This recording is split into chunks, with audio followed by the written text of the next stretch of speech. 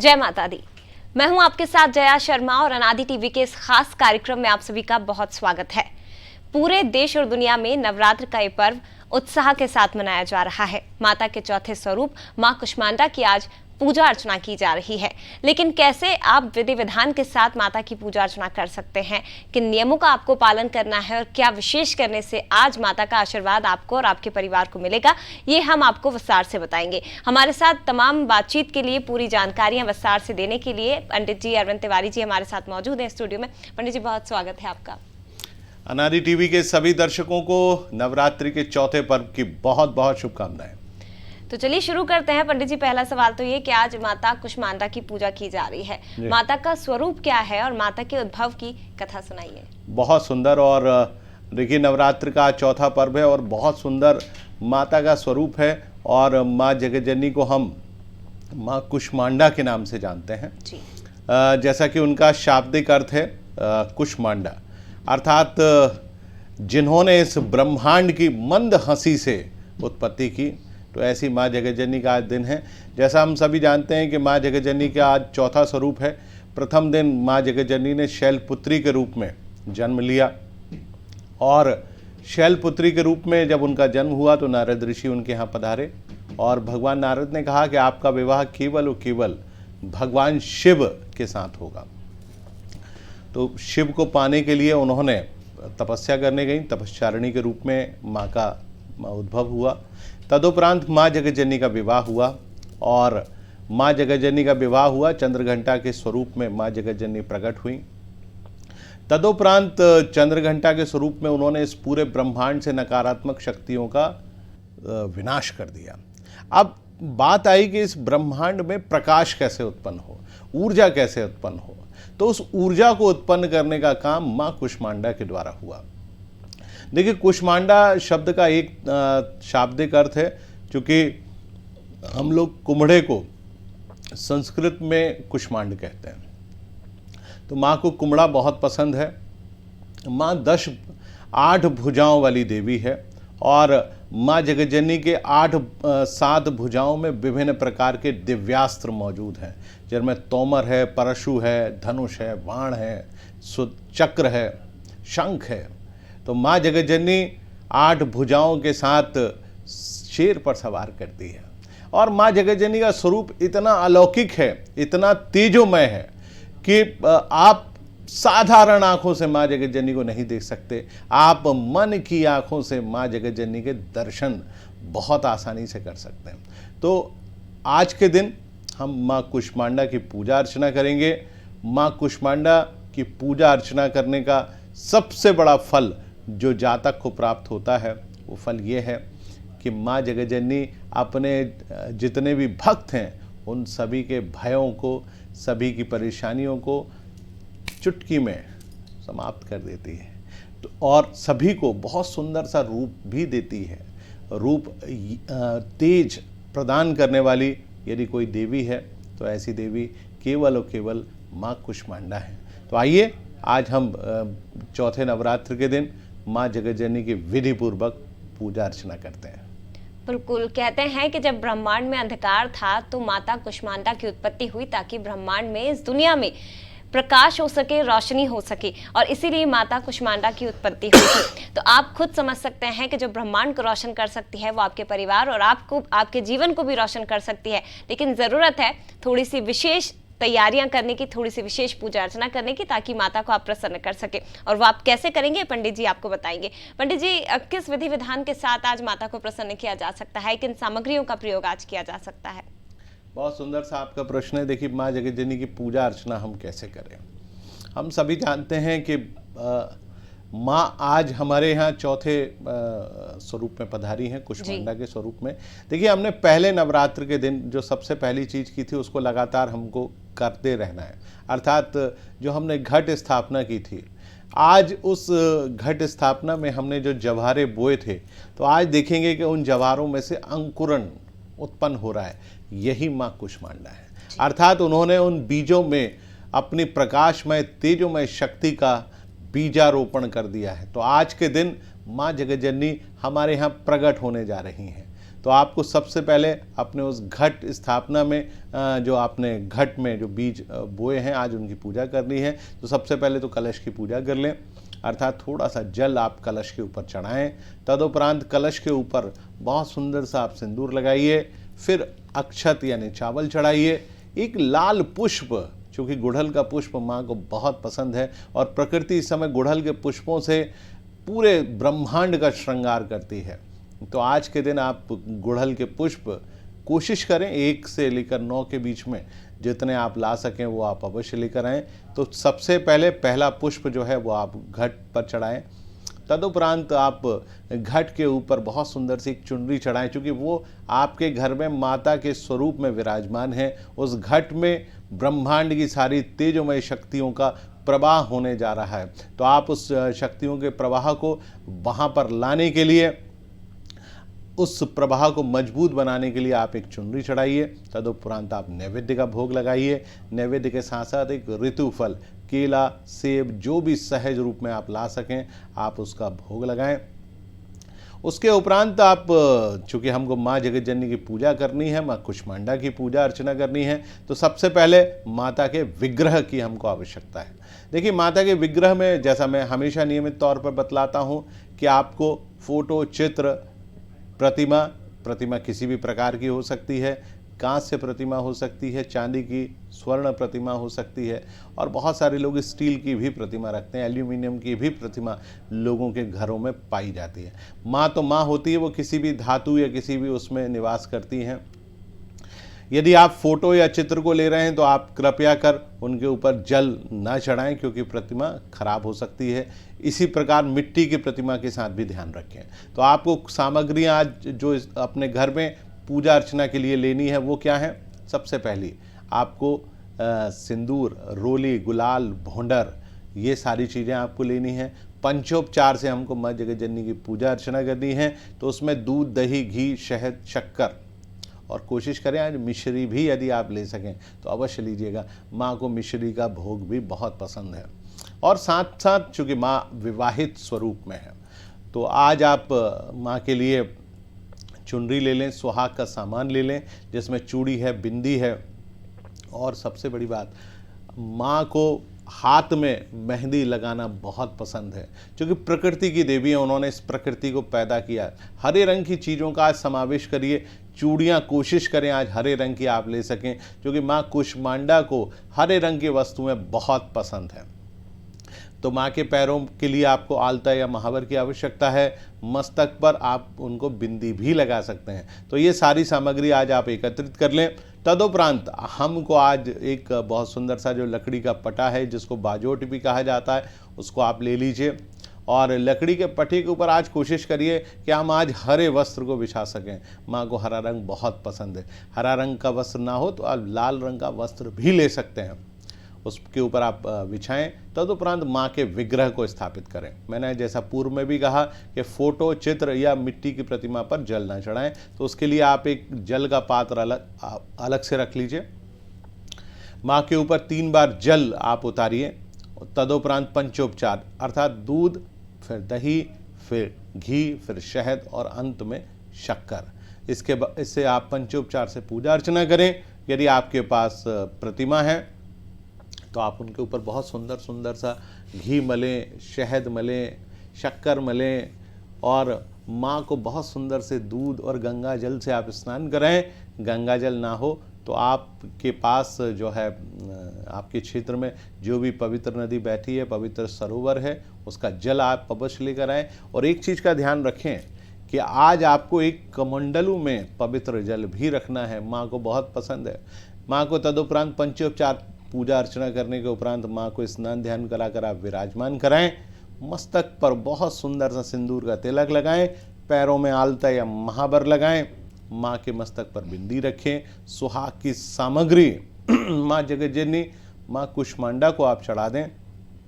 और उसके उपरांत माँ जगत जननी को ऋतुफल का भोग लगाइए। हरे रंग का फल हो। हरे रंग का फल जिनमें हम जानते हैं केला, जो कि जो पका हुआ नहीं होता, उसका रंग हरा ही होता है, तो आप उसका भोग लगा दीजिए। माँ को नैवेद्य का भोग लगाइए। और तदुपरांत माँ के सुंदर सुंदर मंत्रों का आप जाप करिए। दुर्गा सप्तशती का आप पाठ आज अवश्य करिए।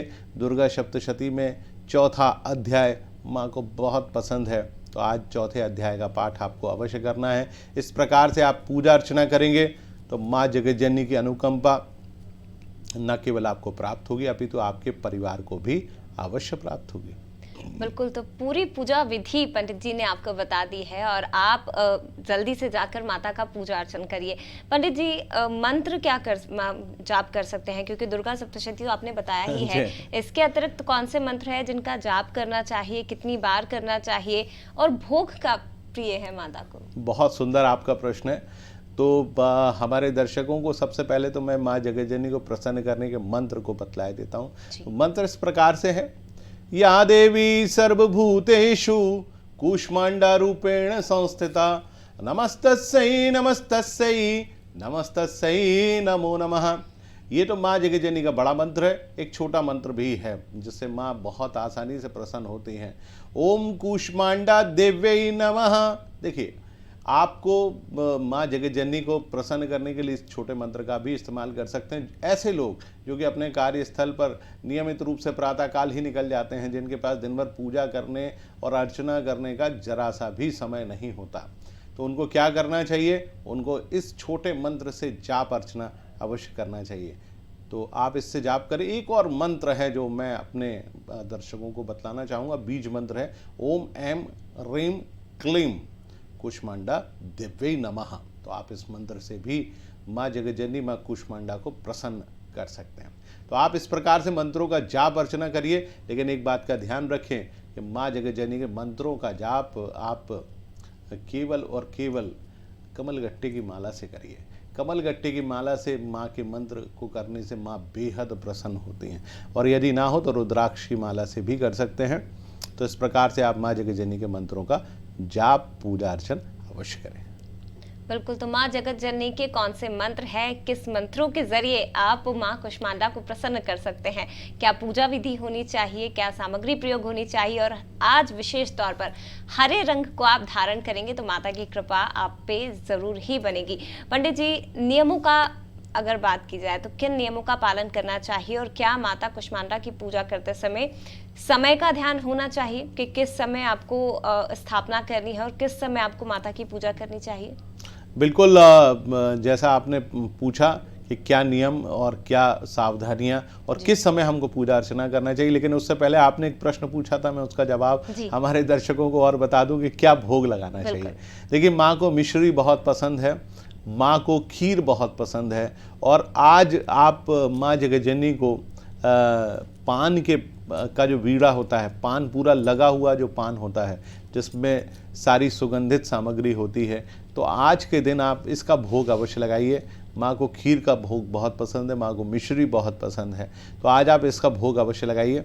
दूसरा, चूँकि आपने पूछा, बहुत सुंदर सा प्रश्न जो हमारे दर्शकों के लिए बेहद ज़रूरी है, किन नियमों का पालन करना चाहिए। देखिए, माँ की पूजा अर्चना में मैं आप सभी दर्शकों को बतलाना चाहूँगा कि 4 प्रमुख नियम हैं जिनका आप पालन अनुपालन करेंगे तो आपको इस नवरात्र में सफलता अवश्य प्राप्त होगी। वो 4 नियम आखिर कौन से हैं? सबसे पहला नियम है कि आपको ब्रह्मचर्य का पालन करना है। दूसरा नियम है आपको असत्य भाषण नहीं करना है। तीसरा नियम है आपको धरती का बिछोना बनाना है। देखिए, आज प्रकृति की देवी माँ कूष्मांडा का दिन है, तो आज आप पूरे दिन कोशिश करें धरती पर विराजमान हो। जिस प्रकृति को माँ जगतजननी ने उद्भव किया अर्थात पैदा किया, इस प्रकृति में जो तेजोमय प्रकाश माँ जगतजननी माँ कूष्मांडा के द्वारा आया, तो आज उस तेजोमय प्रकाश को प्राप्त करने के लिए आपको माँ जगतजननी के लिए धरती पर विश्राम अवश्य करना चाहिए। चौथी और सबसे महत्वपूर्ण चीज़, अपने भोजन में आज कोशिश करें कि हम नमक का त्याग कर दें। नमक किसी भी स्वरूप में हो, सेंधा नमक हो, काला नमक हो या सादा नमक हो, यदि आज हम नमक का त्याग करेंगे तो हमारे शरीर की जो ऊर्जा है वो बहुत तेज़ी से बढ़ेगी, और हमारे शरीर में विभिन्न प्रकार के जो चक्र हैं उनमें तेजोमय कांति बढ़ेगी, हमारी कुंडलनी शक्ति और तेज़ी से ऊपर की ओर आगे बढ़ेगी। तो आप कोशिश करें कि हम इस प्रकार से माँ जगतजननी की पूजा अर्चना करके उनको मनाकर हमारे शरीर को तेजोमय कांति और हम अपने रूप में कई गुना वृद्धि कर सकते हैं। ऐसी बच्चियाँ जो कि बहुत सुंदर नहीं हैं, अपनी सौंदर्य को और बढ़ाना चाहती हैं। माँ जगत जननी का स्वरूप हर बिटिया में, हर बच्ची में पाया जाता है। तो आप अपने सौंदर्य और कांति को बढ़ाना चाहते हैं तो आज माँ कूष्मांडा की आपको विधिपूर्वक पूजा अर्चना अवश्य करना चाहिए। करेंगे, निसंदेह लाभ होगा।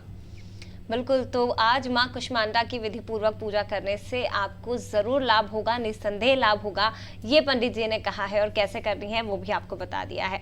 पंडित जी, जैसा कि आपने बताया कि जिन बालिकाओं का या जिन बच्चियों को सुंदरता प्राप्त करनी है, क्योंकि माता की छवि ऐसी है, चेहरे पर लालिमा, चेहरे पर प्रकाश और तेज नजर आता है, तो बच्चियां क्या कोई विशेष पूजा अर्चना कर सकती हैं? बालिकाएं क्या विशेष तरीके से माता को आज प्रसन्न कर सकती हैं? और क्या क्या लाभ परिवार को या बच्चियां पूजा करेंगे उससे होगा?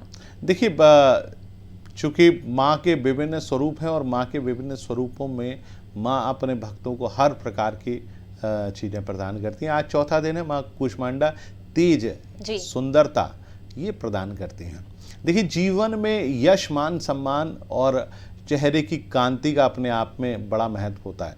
आप देखते हैं कि बहुत सारी जो बिटियाएं हैं, बच्चियां हैं या महिलाएं हैं, जब भी बाज़ार में या अपने कार्यस्थल पर जाती हैं तो आप देखते हैं कि कुछ महिलाओं में, कुछ बिटियाओं में तेज बहुत ज़बरदस्त होता है। लोग उनके प्रति बहुत सहज रूप में आकर्षित हो जाते हैं। तो आप सोचिए कि उनको ये सहज रूप केवल माँ कूष्मांडा की अनुकंपा के तहत ही प्राप्त होता है। अब क्या विशेष करें जिनको प्राप्त नहीं हो रहा? तो देखिए, आज के दिन आपको एक छोटा सा उपटन बनाना है। तो सबसे पहले तो आपको माँ को चढ़ाना है, तदुपरांत जितनी भी बिटियाएं हैं उस उपटन को लगा सकती हैं। उस उपटन में क्या होना चाहिए? देखिए, माँ को जो सामग्री चढ़ रही है लगभग वही सामग्री आपको लेना है। तो उस उपटन में चूँकि माँ को चंदन चढ़ाया जाता है तो आप चंदन ले लें। थोड़ा सा उस चंदन में आप हल्दी ले लें, क्योंकि माँ की जो तेजोमय कांति है उसमें माँ को हल्दी भी बहुत पसंद है। तो आप उसमें थोड़ी सी हल्दी ले लीजिए। आपने उसी में थोड़ा सा, आप चाहें तो घी भी ले सकते हैं। तो इस प्रकार से आप एक छोटा सा उपटन बना लीजिए और उस उपटन को आप माँ जगत जननी के चरणों में आज चढ़ा दीजिए। और उसको चढ़ाने के तदुपरांत आप उस उपटन का प्रयोग स्वयं भी करें। जो बिटियाएं, जो बच्चे जिनके चेहरे पे कहीं ना कहीं कुछ परेशानी बनी रहती है तो वो आज इसका प्रयोग करें। तदुपरांत उसको धोकर माँ जगत जननी के बहुत सुंदर से मंत्र है उसका जाप करें।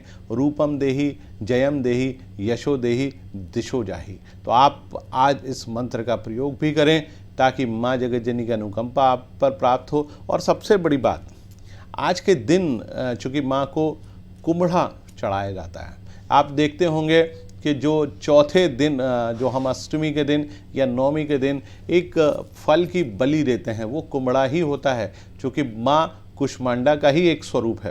तो आज के दिन आपको उस कुम्हड़े को भी माँ जगत जननी को चढ़ाना है और 5 दिवस तक वो माँ जगत जननी के चरणों में उसी प्रकार से बना रहेगा।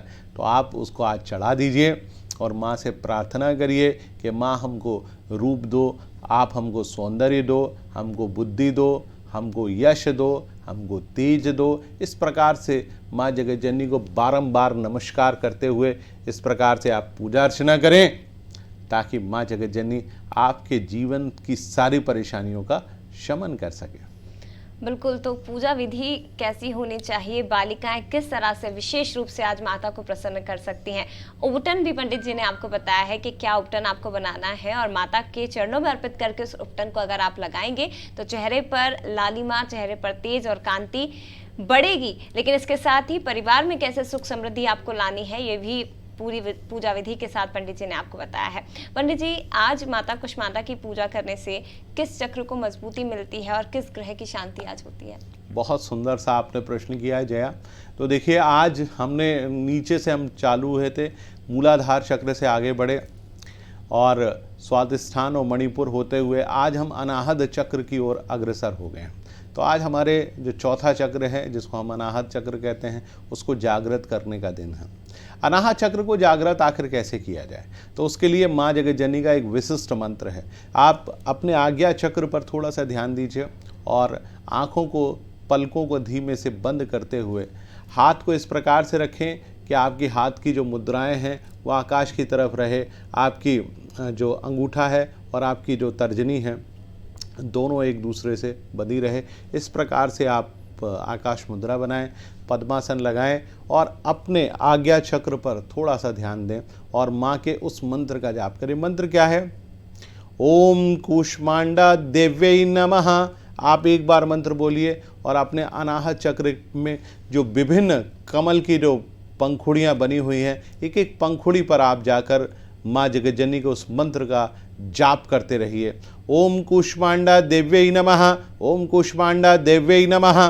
तो इस प्रकार से आप मंत्र का जाप करें ताकि आपका वो अनाहत चक्र जब जागृत होगा तो आपको इस ब्रह्मांड की जो शक्तियां हैं उन शक्तियों का अनुभव होने लगेगा। आपको जीवन में आप किस उद्देश्य से इस धरती पर आपका आगमन हुआ है और आप इस धरती पर किस काम को करने के लिए आए हैं, ये भी माँ कूष्मांडा आपको बताएंगी। तो आज के दिन आप इस प्रकार से माँ जगज्जननी की पूजा करके अपने अनाहत चक्र को जागृत कर लें। बिल्कुल, अनाहत चक्र को आप जागृत करिए। लेकिन पंडित जी, आखिर में चलते चलते आज दान की महत्ता बताइए कि आज माता कूष्मांडा के इस विशेष दिवस पर क्या दान करना चाहिए श्रद्धालुओं को, भक्तों को, जिससे माता का आशीर्वाद प्राप्त हो सके। देखिए, आज के दिन जो दान की जो महिमा है, आपको जो दान करना है, आप कोशिश करें कि आज हम अन्न का दान करें। जो भी आपके यहाँ अन्न का भंडार है, जिसमें दाल है, चावल है, अनाज है, तो आज के दिन आप उसका दान करें। ख़ास तौर से पीली दाल, आप पीले दाल या पीले चने का भी आप दान कर सकते हैं, वो भी आपके लिए बहुत लाभकारी साबित होगा। तो कोशिश करें आज आप दान करें। और एक चीज़ और मैं हमारे दर्शकों को बतलाना चाहूँगा, जिस प्रकार से हम रोज़ कुमारी कन्याओं का और कल हमने विवाहित महिला को बुलाकर पूजा अर्चना की थी, ठीक उसी प्रकार से आज भी हमको एक विवाहित महिला जिसकी आयु लगभग 21 से 24 वर्ष के बीच में है और जिनका चेहरा ओजमय, कांतिमय और बहुत ही सुंदर स्वरूप की वो देवी हैं, उनको आज घर बुलाएं, आमंत्रित करें। उनके पैरों को आप बढ़िया से धोएं, उनको एक सुंदर से पटे पर बिठाएं, उनको सिंदूर लगाने के लिए कहें, उनको चुनरी उड़ाएं, तदुपरांत उनको सुहाग का सामान दें और माँ जगज्जननी को बहुत सुस्वादु भोजन आप अवश्य कराइए। इस प्रकार से आज विवाहित महिला की पूजा अर्चना करने का भी दिन है। पूजा अर्चना करें, निसंदेह आपको लाभ की प्राप्ति होगी। बिल्कुल, तो नवरात्र का ये उत्सव आप तो पूरे जोश खरोश के साथ मना रहे हैं, पूरे उत्साह के साथ मना रहे हैं, लेकिन पूजा विधि का भी आपको ध्यान रखना है, नियमों का भी ध्यान रखना है कि किन नियमों के साथ आपको माता की पूजा अर्चना करनी है। हालांकि माता है, बच्चों पर जल्दी प्रसन्न होती है, हर भूल चूक को क्षमा करती है, लेकिन फिर भी आप अपनी तरफ से सारी सावधानियां जरूर रखिएगा। इसके साथ ही बालिकाएं या बच्चियां माता की पूजा कर रही हैं तो वो भी तमाम नियमों का पालन करते हुए माता की पूजा अर्चना करिए। तो तमाम मनोकामनाएं, सारी मनोकामना आपके परिवार की ऊपर अगर कोई परेशानी है तो वो माता के आशीर्वाद से निश्चित ही दूर हो जाएगी। पंडित जी, बहुत धन्यवाद हमारे दर्शकों तक ये जानकारी पहुंचाने के लिए। जय माता की। तो फिलहाल इसी के साथ इतना ही। बाकी खबरों के लिए आप देखते रहिए अनादि टीवी। नमस्कार।